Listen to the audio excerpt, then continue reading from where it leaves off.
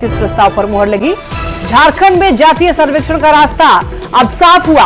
कार्मिक विभाग जातीय सर्वेक्षण करेगा। आपको बताते चलेगी बैठक में 33 प्रस्ताव पर मुहर लगी है। ये बड़ी खबर रांची से।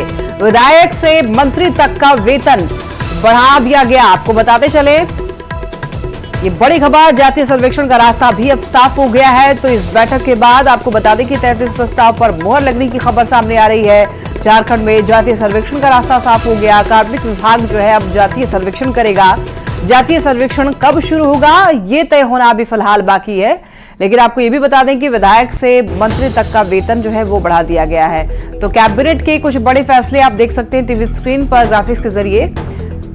ज्यादा जानकारी देंगे संवाददाता अविनाश हमारे साथ जुड़ रहे हैं। अविनाश, देखिए सीएम चंपाई सोरेन ने कैबिनेट की बैठक ली और इस बैठक में क्या कुछ महत्वपूर्ण प्रस्ताव पर मुहर लगी है, एक बार पूरी जानकारी दीजिए।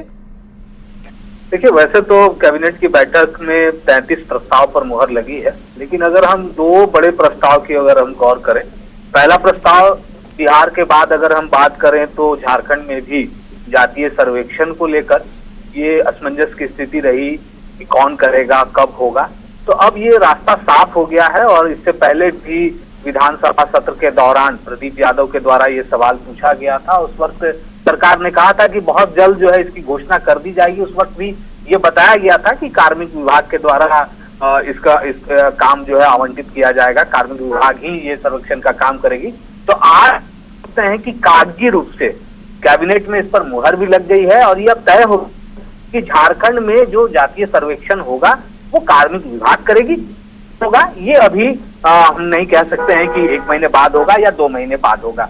दूसरी जो सबसे बड़ी बात है कि बहुत लंबे समय से एक प्रस्ताव जो विधानसभा में पहले भी आया था, हम लोगों ने भी दिखाया था कि जो माननीय हैं वो अपना वेतन और भत्ता जो है वो बढ़ाना चाहते हैं। उसका एक प्रस्ताव भी समिति बनाई गई थी। उस समिति ने विधानसभा के पटल पर अपने प्रस्ताव को रखा था और आज उस पर कैबिनेट ने मुहर लगा दी है। और उसमें चाहे वो मुख्यमंत्री की बात कर लें, नेता प्रतिपक्ष की बात कर लें, कैबिनेट मंत्री की बात कर लें, विधानसभा अध्यक्ष की बात कर लें, सभी के वेतन और भत्ता में बढ़ोतरी की गई है।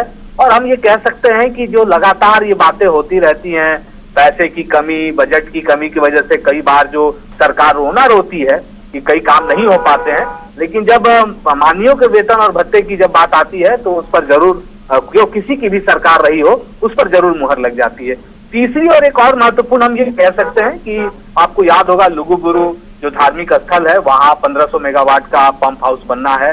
डीवीसी का प्रस्तावित वो वहाँ प्रस्ताव था, उसे राज्य सरकार ने स्थगित कर दिया है क्योंकि वो एक धार्मिक स्थल था और लगातार जो आदिवासी समाज है वहाँ लोग इसका विरोध कर रहे थे और इसी विरोध को ध्यान में रखते हुए यह निर्णय लिया गया है।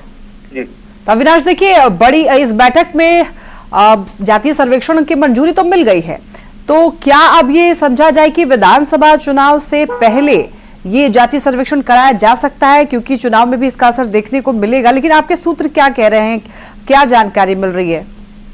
देखिए, जितने कम वक्त बचे हैं इतने कम वक्त में ये संभव तो नहीं है। और अभी जिस तरह से चंपाई सोरेन से जब मीडिया ने सवाल पूछा और उन्होंने जवाब जो दिया कि विभाग तय कर दिया गया, विभाग को निर्णय लेना है। तो जो समय बचे हैं नवंबर के समय में अगर हम कहें कि नोटिफिकेशन जारी हो जाएगा जो अब तक होता रहा है, तो उस लिहाज से अगर हम देखें तो इस 4-5 महीने के अंदर में ये संभव नहीं दिखता है।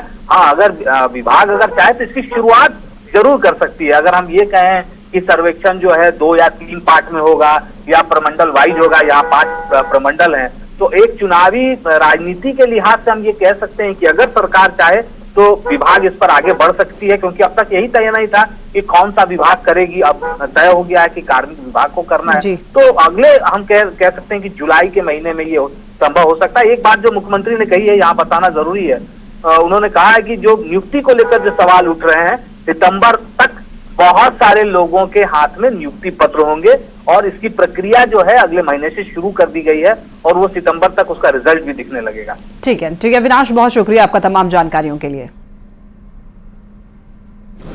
आपका बहाली का प्रक्रिया हमारा शुरू हो चुका बड़ा तेजी से, और वो जो भी आप बोलते हैं वो सब कभी हम लोग इस साल आ रही है 2-3 महीना सितंबर तक में बहुत ज्यादा हम लोग नियुक्ति हम लोग देने जा रहे हैं। नल जल की योजना पर तेजी से काम हो रहे हैं, तो हम काम पर विश्वास रखते हैं। हम कौन क्या कह रहा है उसको हम नजरअंदाज करते हैं और इस बार निश्चित रूप से हम ये आपके सामने हम इसको हम मानने के लिए तैयार हैं कि इस बार की जो भीषण गर्मी पड़ी, कुछ जगहों पर लोगों को परेशानियां हुई हैं, लेकिन आने वाले दिनों में आप देखेंगे कि ऐसी स्थिति बनेगी कि सभी घरों में शुद्ध पेयजल पर्याप्त मात्रा में उपलब्ध होगा।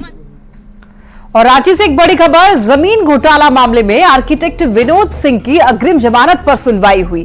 ईडी की ओर से जवाब दाखिल करने के लिए समय मांगा गया। आपको बता दें कि 8 जुलाई को अब अगली सुनवाई होगी। जमीन घोटाला मामले में सुनवाई हुई। रांची से बड़ी खबर, विनोद सिंह की जमानत पर सुनवाई हुई है। आपको बता दें, आर्किटेक्ट विनोद सिंह की अग्रिम जमानत पर सुनवाई हुई। ईडी की ओर से जवाब दाखिल करने के लिए समय मांगा गया और इससे जुड़ी अब अगली जो सुनवाई होगी वो 8 जुलाई को होगी। तो ये बड़ी खबर, बड़ा अपडेट सामने आया है। 8 जुलाई को कोर्ट में अब अगली सुनवाई की तारीख रखी गई है।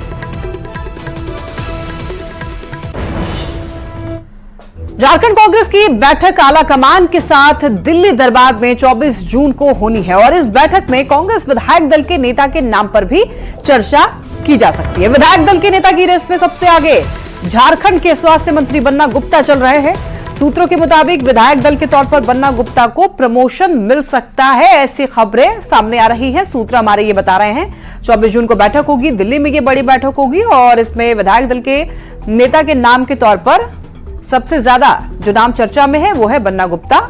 और बता दें, हमारे सूत्र ये कह रहे हैं, सूत्रों के मुताबिक विधायक दल के तौर पर बन्ना गुप्ता को प्रमोशन मिल सकता है। कि न माझी न रहबर न हक में हवा है, जर्जर है किश्ती एक ऐसा सफ़र है, अलग ही मज़ा है फकीरी का अपना, न पाने की चिंता न खोने का डर है।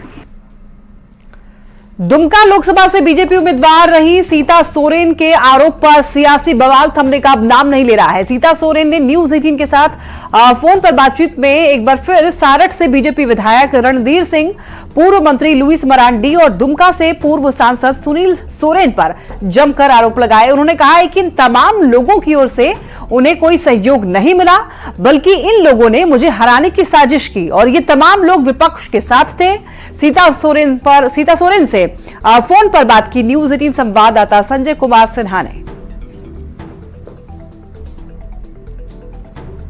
सीता सोरेन के आरोप पर बवाल मचा है।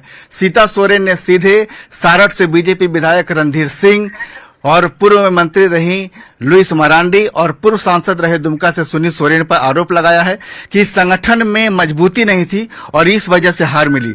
हमारे साथ फोन पर सीधे मौजूद हैं दुमका से ये सीधे सीता सोरेन मौजूद हैं। सीता जी, सबसे पहले आपका स्वागत है। लेकिन जो आरोप आपने लगाया है उस आरोप में क्या आपको मजबूती नजर आ रही है? जो इन लोगों ने किया है पूरा हराने का साजिश तो कर दिया है। जितने भी चुनाव के समय में मेरे साथ तो घूम रहे थे, लेकिन ये पूरे तरह से मेरे साथ नहीं थे, विपक्ष के साथ थे। इतनी बड़ी राष्ट्रीय पार्टी के साथ इन लोगों ने धोखा किया है पूरे तरह से। जांच कराना चाहते तो अगर सीबीआई जांच कराना चाहते तो कराएंगे वो भी जांच। हाँ, अब तो विधानसभा चुनाव ही है, उस पर हम लोग अभी तैयारी कर रहे हैं, शुरुआत करेंगे वो। तो हमारे साथ आपने देखा कि सीता सोरेन है और सीता सोरेन ने खुलकर तमाम जो उनके आरोप लगाए थे अपने आरोपों का बचाव किया। साफ कहा कि लोकसभा चुनाव के दौरान दुमका में जो कुछ हुआ वो अपने आरोपों पर बरकरार हैं और तमाम आरोपों की जानकारी वो आला कमान को दे चुकी हैं। और उन्होंने कहा कि जो भी जांच हो इसके लिए वो तमाम जांच के लिए तैयार हैं और जिन लोगों पर आरोप लगाया है उनके खिलाफ भी जांच की मांग उठाई है। कैमरामैन प्रभाकर के साथ संजय कुमार सिन्हा, न्यूज 18 रांची। सीता सोरेन के बयान के बाद झारखंड में सियासी भूचाल आ गया है। जेएमएम ने हमला बोलते हुए कहा है कि झारखंड में हेमंत सोरेन की सुनामी है, तो वहीं बीजेपी का कहना है कि पार्टी की बातें पार्टी में ही होनी चाहिए, जो इस तरह की चीजें कर रहे हैं उन पर कार्रवाई करनी चाहिए। पार्टी की बातें पार्टी के अंदर होनी चाहिए, मीडिया में किसी भी तरह की बयानबाजी नहीं होनी चाहिए और प्रदेश नेतृत्व को इसको गंभीरता से लेना चाहिए। और वैसे लोग जो इस तरह की चीजें सार्वजनिक रूप से एक दूसरे पर आरोप प्रत्यारोप लगा रहे हैं, उन पर कार्रवाई करनी चाहिए।